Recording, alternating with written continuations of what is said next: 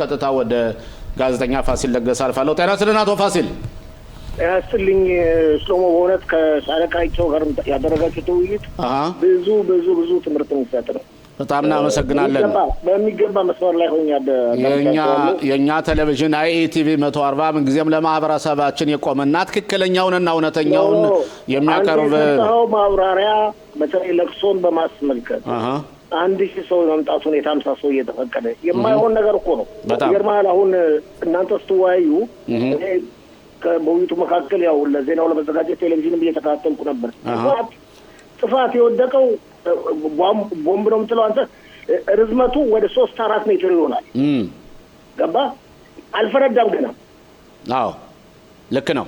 ኦኬ አቶ ፋሲል እስቲ አዲስ ዜናዎችን አቅርብልና ከዛ በኋላ ተመልሰን ስለ ጦርነቱ ጉዳይ ሰፋ ባለ ሁኔታ እንወያያለን። እናንተ ዛሬ እኔ እናንተን ብዙ ውይይት ምናልባት የሻለቃቸው ባየጣልካ ከገባ እሱ በደስታ ግን እናንተ ነው ውይይቱን የምናደርገው። እነሆ እስቲ አዲስ ዜናዎችን አቀርብልና አጠር ባለ ሁኔታ።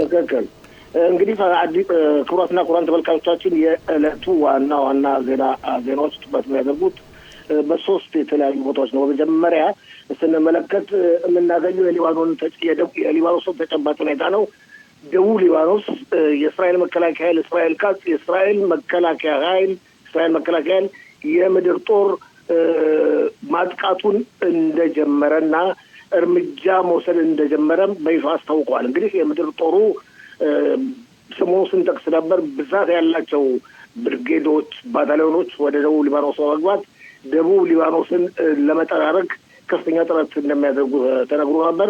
ዋናው ዓላማም በተቻለ መጠን እስከ 12 እስከ 13 እስከ 14 ኪሎ ሜትር ድረስ ያለውን ቦታ በሙሉ ማጽዳትና አንድም ነዋሪ እንዲኖር ለማድረግ ከዛ በእስራኤል መከላከያ ለማፍረስ እንደሆነም እና ብዙ ዓላማዎች እንዳሉት ለማወቅ ተችሏል።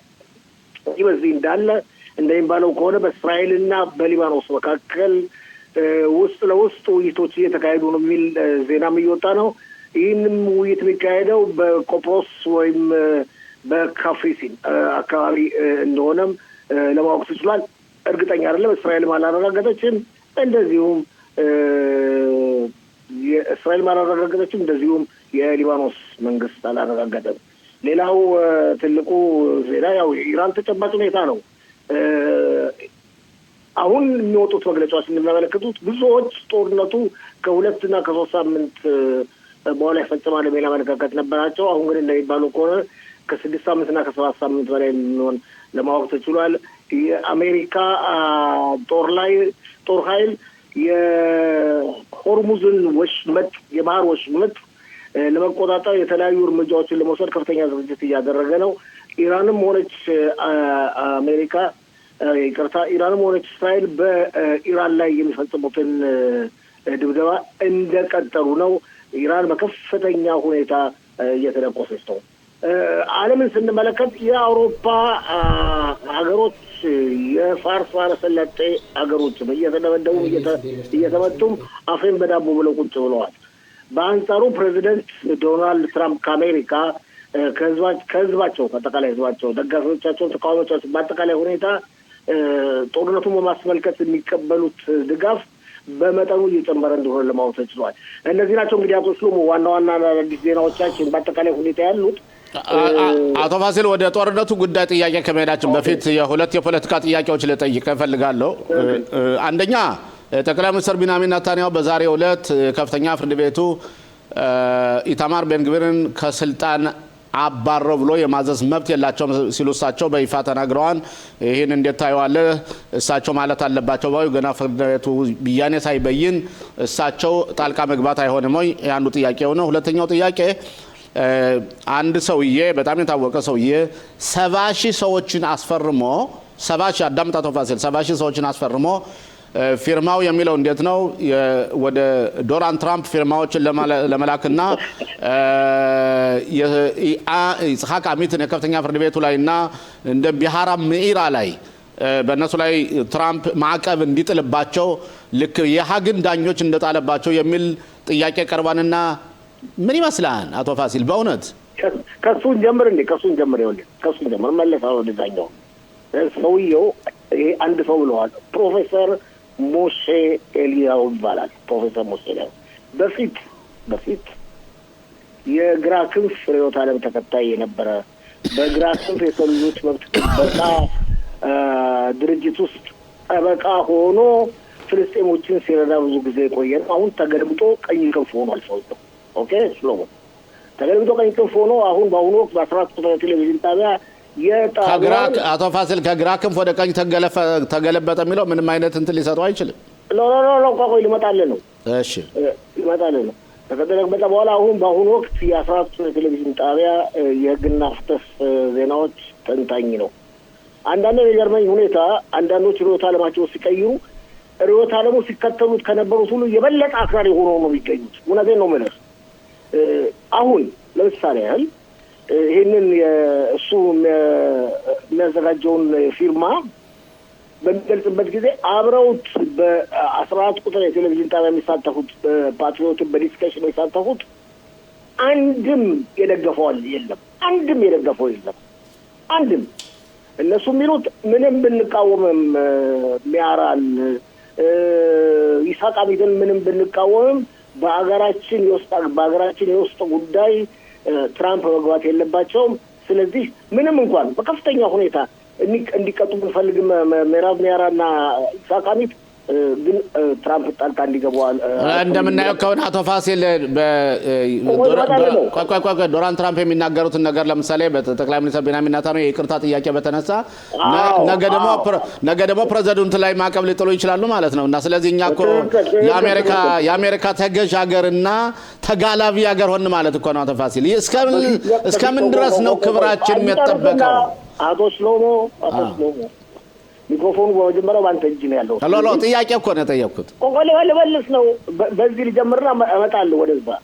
በዚህ ሲጀምር እሱ አንደኛ ነገር በዜና መልክ ነው ጀምረው እንተና አይደለም። አሁን በአሁኑ ወቅት 70,000 ሳይሆን ከ90,000 በላይ ፊርማዎች አሉት። ከ90,000 በላይ እነዚህ 100,000 ሲጠጉ 100,000 ፊርማዎች ሲኖሩት ባለፈው ጊዜ በሰጠው መግለጫ ሲኖሩት እነዛን ፊርማዎች ይዞ አሜሪካ በመሄድ ከዶናልድ ትራምፕ ጋር በመገናኘት ፊርማዎችን ያቀርባል። ይሄ ነው ሀሳቡ። ይሄንን ወደዚህ እናስቀምጣው። የአሜሪካ ጥገኛ እንድንሆን በአጠቃላይ ሁኔታ ጥገኛ እንድንሆን የሚፈልጉት ቀኝ ክንፎች ይሄ ነው ጥረታቸው። ስማ እንጂ ባለፈው ጊዜ ባይደን አድነን የሚባል ሰላማዊ ሰልፍ ላይ የወጣ መፈክር አልነበርም ደግሞ ደጋግሞ። ከዛ በተጨማሪም እኔ ትክክል ነው ማለት አይደለም። ከዛ በተጨማሪም በባይደን ጊዜ የተለያዩ ቀኝ አክራሪዎች ላይ እቀባ ተጥሎ አልነበረም? ማለትም የሰብአዊ እርዳታ አላስገባ ብላችሁ መንገድ ዘጋችሁ፣ በይሁዳና ሰማሪያ አካባቢ አንዳንድ ወንጀሎችን ፈጸማችሁ ማለት የባንክ ሂሳብ እንኳን ተዘግቶባቸው ምግብ መግዛት ባለሳሳት ያለም ከሁላችን አውግዘናል ደርሰው ነበር። ስለዚህ እኔ በአጠቃላይ ሁኔታ የምለው ቀኞችም የሚሉት ትክክል ነው ማለት አይደለም፣ ግራዎችም የሚሉት ትክክል ነው ማለት አይቻልም። ይህንን በፕሮፖርሽን መውሰድ ያስፈልጋል። ሁሉም እንደየእምነቱ ለማካሄድ የሚያደርገው ጥረት ነው። በሁለቱም በኩል በዚህ ጉዳይ ላይ ችግር አለ። አንዱ እያደረገ አንዱ አታድርገው ማለት አይቻልም።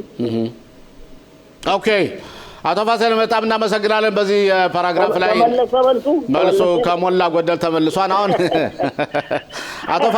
አቶ ፋሲል ወደ ኢራን ከመሄዳችን በፊት ወደ ሂዝቦላ ልውሰድህና ናኢም ካሰም የእስራኤል ሀገር አውሮፕላኖች በአየር ላይ ያንዣበቡ መሆኑን ወሬ አልሰማም መሰለኝ እና የሚናገረው አነጋገር እንዴት ነው? ትዕቢተኝነት የተሞላበትና ልክ እንደ አሸናፊ ሆኖ መቅረቡ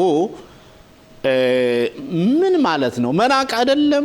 ልክ ናስራላ እኛን የሸረሪት እድሮች ናችሁ ብሎን ነበር እኮ። ይሄ ሰውዬ ምንድነው ጣፋንታ? ወይስ ጉድጓዱ ተቆፍሮ ተዘጋጅቶለት አመታው ሲያስገቡት እየጠበቀ ስለሆነ በቃ ተናግሬ ልሙት ነው? ይሄን ያልኩት ትክክል ነው ብዬ ነው የማስበው። ምክንያቱም ታስታውሳለህ ወደ በተሾመበት አካባቢ ናስራላ ከተገደለ በኋላ ከዛ በኋላ የተሾመው ምክትሉ ከተገደለ በኋላ እንዴት እያላወው ቪዲዮ ተነስቶ መግለጫ እንደሰጠ ታስታውሳለህ አይደለ? አሁንም ቢሆን እንግዲህ መጨረሻውን ሊሆንም ላይሆንም ይችላል። ዋናው ትልቁ ነገር የሂዝቦላ በሊባኖስ ያለው ተጨባጭ ሁኔታ ሳይሆን እንደኔ ትንተናና አመለካከት በኢራን መንግስት ላይ የሚደርሰው ሁኔታ ነው። የኢራን መንግስት አክራሪው የሺ መንግስት ከተደረመሰ ሂዝቦላ በፍጹም ህይወት የለውም። ማንም እርዳታ ሊለግሰው አይችልም። ማንም ባክሽሽ ሊሰጠው አይችልም። አበቃ ማለት ነው። እንደማንኛውም ካስፈለገ እንደማንኛውም ሀገር ንብጀ የሽብር ፈጠራ ድርጅት ይሆናል ማለት ነው። እንዳሁኑ አይደለም። አሁን እኮ ይገርማል። ባለፈው ጦርነቱ ከቆመ በኋላ ከኢራን ጋር በ10 ወር ጊዜ ውስጥ ከ1 ሚሊያርድ ዶላር በላይ ነው ኢራን እንደዛ ተቀጥቅጣ የላከችልን። ለኢራን እኮ ትልቅ እርዳታ የሚሰጥ ድርጅት ነው። ይኸው እያደከመን ነው፣ እያቆሰልን ነው በዚህ በሊባኖስ በኩል ሆኖ እና ናይል ካስል ዝም ብሎ ውጥር ነው የሚለው። እነሱ ሰሞኑን የምናገረው ነገር አለ። አንተም ታዳምጠኛለህ። ህይወትና ሞትን እኩል ደረጃ ላይ ነው የሚያዩት። ስለዚህ አሁን ሰሞኑን ነው ሰልፍ ኮንፊደንስ በራሱ መተማመን የሚያሳይ መስሎ መበረታታት ይታያል እንጂ ያው አሁን ከትላንትና ወዲያ ጀምሮ መሬት እየተቀማ ነው። ባለፈው ጊዜ ከነበረው በተለየ ሁኔታ እስራኤል መከላከያ ደቡብ ሊባኖስን መሬት ቀምቶ አልነካም ሲል ነበር። እስራኤል መከላከያ ያው ለረጅም ጊዜ ለብዙ ዓመታት ያህል ግን አቶ ፋሲል ትላንትና በሂዝቦላ ጉዳይ ትንሽ እስራኤል ያለችበት ሁኔታ በከፍተኛ ዲሌማ ነው ያለች ማለት እንችላለን። ይሄ የፖለቲካ ጉዳይ ሳይሆን በአንድ በኩል የሊባኖስ መንግስት ሂዝቦላን ያወግዛል፣ ይነቅሳል። እንዲያውም አንዳንድ የኤልኩስ የሚባሉ ተወካዮችን የኢራኖችን አባረዋል። ዓለም አቀፋዊ ሌጂቲሜሲ እየተሰጣቸው ነው። በአንድ በኩል ደግሞ ከደካማነታቸው የተነሳ ሂዝቦላ በአገሪቱ ላይ እንደፈለገ እያደረገ ነው። በእኛ ላይ እየተኮሰ ነው። ወደ አገሪቱ መቶ ኬውስ እንድታስገባ ጥረት እያደረገ ነው። እዚህ ላይ እስራኤል ምን አይነት እርምጃ መውሰድ አለባት ነው አንዱ ጥያቄ። ሁለተኛው ጥያቄ ደግሞ ምንጊዜም እኮ እኛ የሽብርተኛ ድርጅቶች ሙሉ በሙሉ የጦር መሳሪያ ይፈታሉ እያለን መናገሩ ህዝባችን ማሳሳት አይደለም አቶ ፋሲል? ሂዝቦላ ሙሉ በሙሉ ጦርነቱ ላይ ፈታ ይችላል። ሁለተኛው ጥያቄ ግልጽ አይደለም። ሁለተኛው ጥያቄ የሂዝቦላን የጦር መሳሪያውን እንዲፈታ እናረጋዋለን ብሎ መናገሩ ኬኬቢሊቲ አለ ችሎታው አለን ነው ወይ? ያን ለማድረግ ምናልባት ሊባኖስን እንደገና እኛ ሄደን መውረር አለብን? ያን ማድረግ አለብን ነው ወይስ እንዴት ነው ጥያቄው? ከዛን ጀምርና ወደ መጀመሪያው ጥያቄ እናሳለን። ችሎታ አለን። ችሎታ የሚኖረን እንደኔ አመለካከት ነው። በአሁኑ ወቅት ባለው ተጨባጭ ሁኔታ ኢራን ሲደመሰስ ነው ማለትም የኢራን ገዢ መንግስት ሲወርቅና ሲደረመስ ነው።